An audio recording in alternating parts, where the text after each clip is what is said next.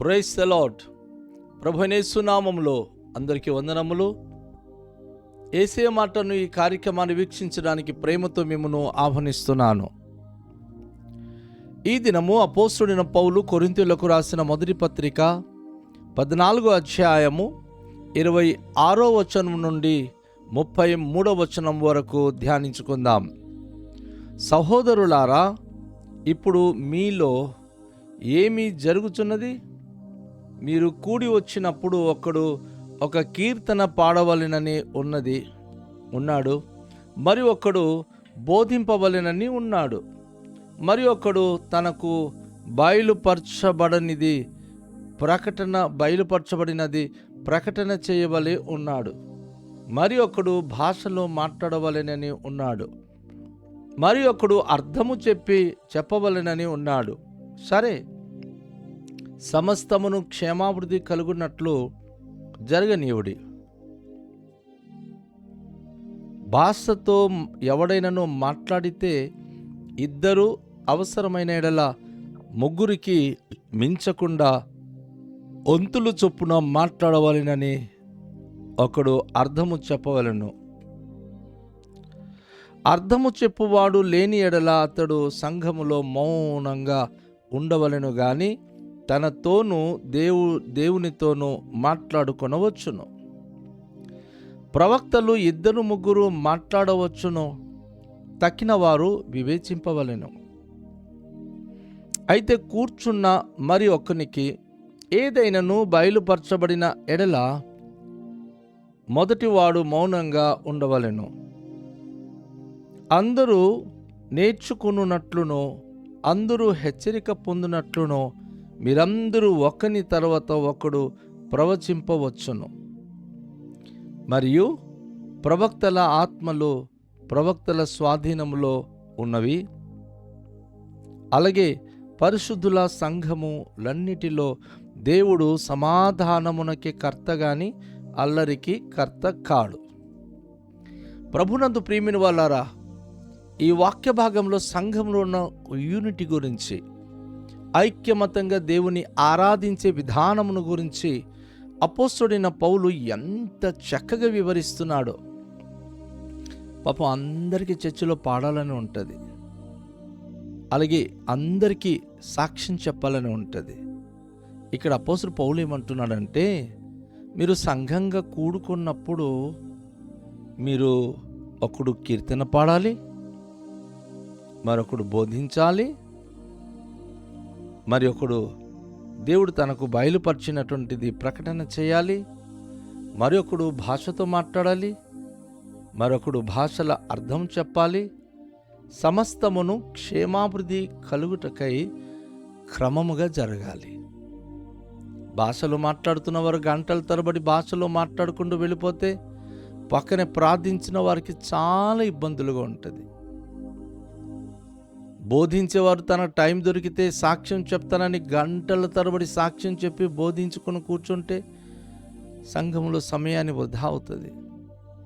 పాటలు పాడిన వారు ఒక పాటలు పాడుతానని లేచి 2-3 పాటలు వరుసగా పాడిస్తే మరి వేరే వాళ్ళు పాడొద్దా? ఇవన్నీ ఒక క్రమబద్ధంగా చేయాలి. నువ్వు పాడడానికి లేచి నిలబడ్డావా, ఒక్క పాట పాడు. నువ్వు ప్రార్థన చేయడానికి లేచి నిలబడ్డావా, షార్ట్గా అందరి కొరకు మంచిగా చిన్న ప్రార్థన చేయి. భాషలో మాట్లాడుతున్నావా, నువ్వు భాషలో మాట్లాడి ప్రభును స్తుతించు, కానీ ఇతరులకు డిస్టర్బెన్స్ చేయొద్దు. భాషలు మాట్లాడినప్పుడు కూడా నువ్వు అర్థము చెప్పే వ్యక్తి ఉంటేనే భాషలో మాట్లాడాలి, లేకపోతే నువ్వు భాషలో మాట్లాడాల్సిన అవసరము లేదు. నీ మటుకు నువ్వు మాట్లాడుకో, దేవునితో ప్రార్థన చేసుకో, మెల్లిగా నీ భాషలో నువ్వు మాట్లాడుకుని దేవుని ఆరాధించుకో. అది వద్దు అని చెప్పట్లా. ఇవన్నీ ఒక పద్ధతి ప్రకారంగా జరగాలి. ఎవరైనా దేవుడు బయలుపరిచింది ఏదైనా దర్శనం చూశారా, లేచి నిలబడి ఒక్క మాట, మీరు పడకల్లో పడుకున్నప్పుడు ఏ కళ వచ్చింది అని నెబుకద్నెజరులాగా మీరు కళ వివరించాల్సిన అవసరం లేదు. అన్నీ ఏదేదో ఆలోచించుకుని వెళ్ళి పడుకున్నాను, రాత్రంతా ఏడ్చాను, నాకు ఈ కళ వచ్చింది, ఏమవుద్దో అది కాదు. ప్రార్థన చేసినప్పుడు దేవుడు మీకు ఏవైతే సూటిగా బయలుపరుస్తున్నాడో, చర్చిలో ఏవైతే బయలుపరుస్తున్నాడో, ఇంట్లో జరిగిన కలలన్నీ కూడా చర్చిలో చెప్పకూడదు. చర్చిలో ఏవైతే దేవుడు బయలుపరుస్తున్నదో అది మాత్రమే మీరు సంఘంలో చెప్పవలసిన బాధ్యత ఉంది.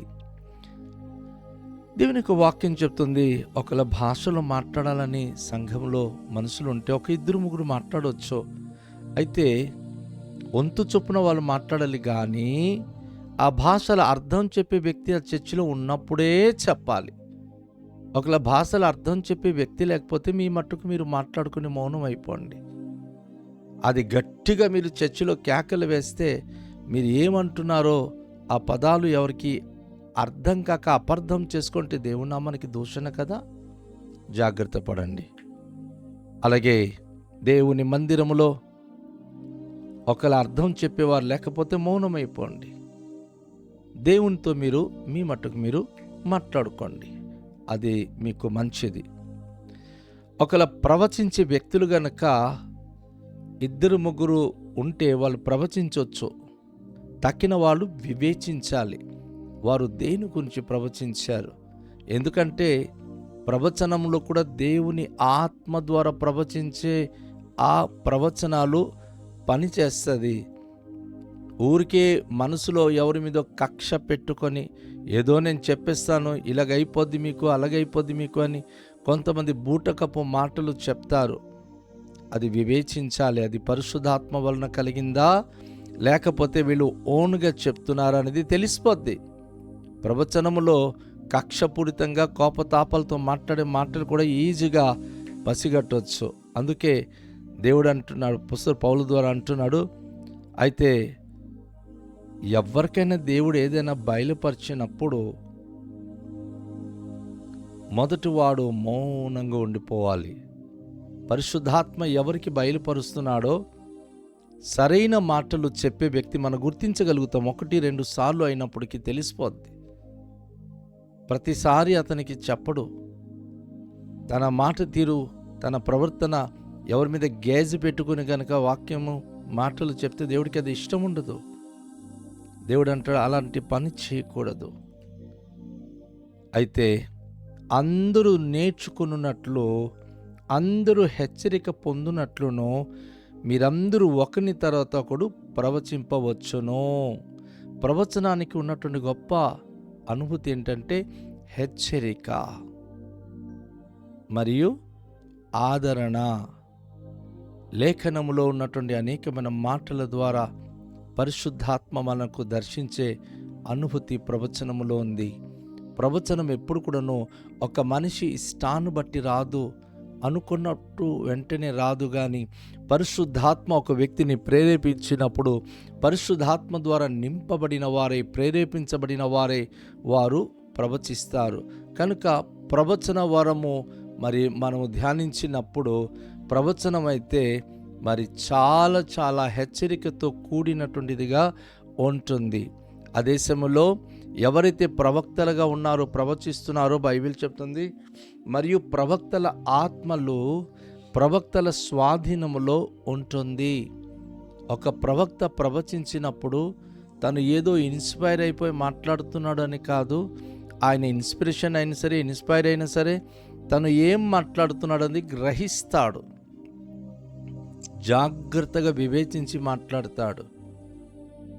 పరిశుద్ధాత్మ ఒక వ్యక్తి ద్వారా మాట్లాడినప్పుడు అది ప్రవక్తల స్వాధీనంలో ఉంటుంది. వారు ఆత్మ ద్వారా వివేకము కలిగి, వివేచన కలిగి, ఇతరుల జీవితానికి ఆశీర్వాదకరంగా ఉండేటట్లుగాను మాత్రమే వారు మాట్లాడతారు. పరిశుద్ధాత్మ కూడా ఆ ప్రవక్తల హృదయంతరంగంలో ఉండి సంఘ క్షేమాభివృద్ధి కొరకైన మాటలు వారి నోట పలికిస్తాడనేది మనము గ్రహించాలి. అలాగే పరిశుద్ధుల సంఘములన్నిటిలో దేవుడు సమాధానమునకే కర్త గాని అల్లరికి కర్త కాడు. ఈ పదము జాగ్రత్తగా మన గుండెల్లో రాసుకోవాలి. మనం వెళుతున్నటువంటి సంఘము అది పరిశుద్ధమైన దేవుని యొక్క సంఘము. తన స్వరక్తమిచ్చిన సంపాదించిన సంఘముగా నువ్వు భావించి వెళుతున్నావా? మనుషుల సంఘంగా వెళుతున్నావా? అయ్యో దేవుని బిడ్డ, నువ్వు మనుషుల సంఘంగా భావించి వెళ్తే ఆ సంఘం గురించి నీకు లేనిపోని ఆలోచన వస్తుంది. వాళ్ళకి చూస్తున్నారు, వీళ్ళకి చూస్తున్నారు, వీళ్ళు మంచోళ్ళు, వీళ్ళు చెడ్డోళ్ళు, ఇదేంటి సంఘం అని చెప్పి నువ్వు విమర్శిస్తావు. నువ్వు ఎవరివి నువ్వు విమర్శించడానికి? అది సొంతంగా యేసు ప్రభు తన రక్తం ఇచ్చి కొనుక్కున్నాడు కనుక దానికి నీరు పోసి బ్రతికిస్తున్నాడు, వాక్యంతో పోషిస్తున్నాడు. సంఘంలో ఆధ్యాత్మికతలో గనుక ఎవరైనా లేకపోతే దేవుడు ఆ చెట్టు నరికి బయట పారేస్తున్నాడు. సంఘము ఆయనది. ఆ సంఘములో సమాధానానికి ఆయన కర్త, కానీ అల్లరికి కర్త కాడు. నువ్వు ఒకళ్ళు అల్లరి చేయాలని భావిస్తుంటే నువ్వు కూడా కట్ చేయబడతావు. అందులో సమస్య ఏమీ లేదు. నువ్వు దేవునితో, దేవుని ఆత్మతో నిబంధన చేయబడి, ప్రభువా నీ రక్తంతో సంఘాన్ని కొనుక్కున్నావు, నీ రక్తంతో నన్ను కొనుక్కున్నావు, నువ్వు నన్ను పరిశుద్ధపరిచావు, పరిశుద్ధ సంఘములో నీ బిడగ జీవించే భాగ్యం నాకు ఇచ్చావు కనుక నా జీవిత కాలమంతా నీ రాజ్యంలో చేరే వరకు పరిశుద్ధత కలిగి నీకు మహిమపరుస్తూ జీవించే భాగ్యం నాకు అనుగ్రహించండి అని నువ్వు దేవునికి సమర్పించుకోవడం అనేది ప్రాముఖ్యం.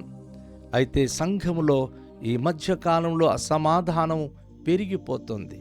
ఎందుకంటే ఫస్ట్ ఆఫ్ ఆల్ పరిశుద్ధత కలిగిన సంఘంగా వారు సంఘానికి గౌరవించట్లేదు, పరిశుద్ధమైన జీవితం వారు జీవించట్లేదు. అపవిత్రమైన మాటలు, అపవిత్రమైన చాడీలు, అపవిత్రమైన బ్రతుకులు, అపవిత్రమైన అనుభూతులు కలిగి ఉంటున్నారు. దీని ద్వారా ఇళ్లల్లో అనేక నష్టాలు జరుగుతుంది, కుటుంబాల్లో అనేక కష్టాలు సంభవిస్తుంది, జీవితంలో అనేకమైన దుఃఖాలు ఆవరిస్తుంది.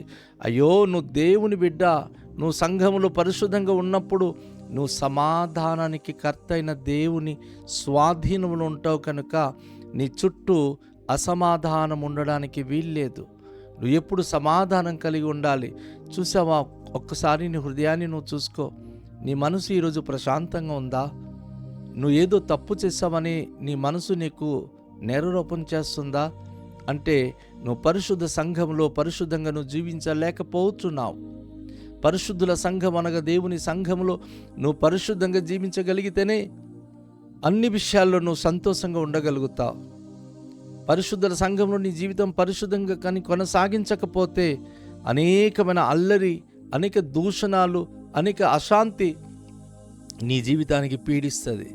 కనుక దేవుని వాక్యములో పరిశుద్ధుల సంఘములన్నిటిలో ఎక్కడైతే దేవుని రక్తంతో కడగబడిన దేవుని పరిశుద్ధ ప్రజలున్నారో అలాంటి సంఘములన్నిటిలో దేవుడు సమాధానమునికి కర్త గాని అల్లరికి కర్త కాడు అనేది ఈరోజు మనము ధ్యానిస్తున్నాం.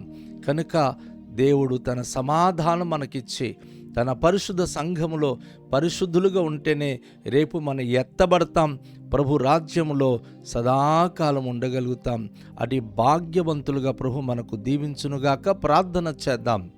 దయగల తండ్రి, మీకు స్తోత్రాలు. ఈరోజు మీరు మాకు ఇచ్చిన ఈ సందేశం కొరకు కృతజ్ఞతలు చెల్లిస్తున్నాం.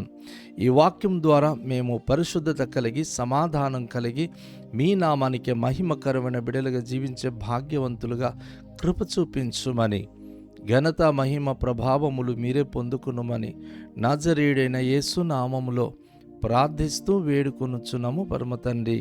ఆమెన్. అందరికీ షాలోం. ప్రభు మనలను దీవించునుగాక.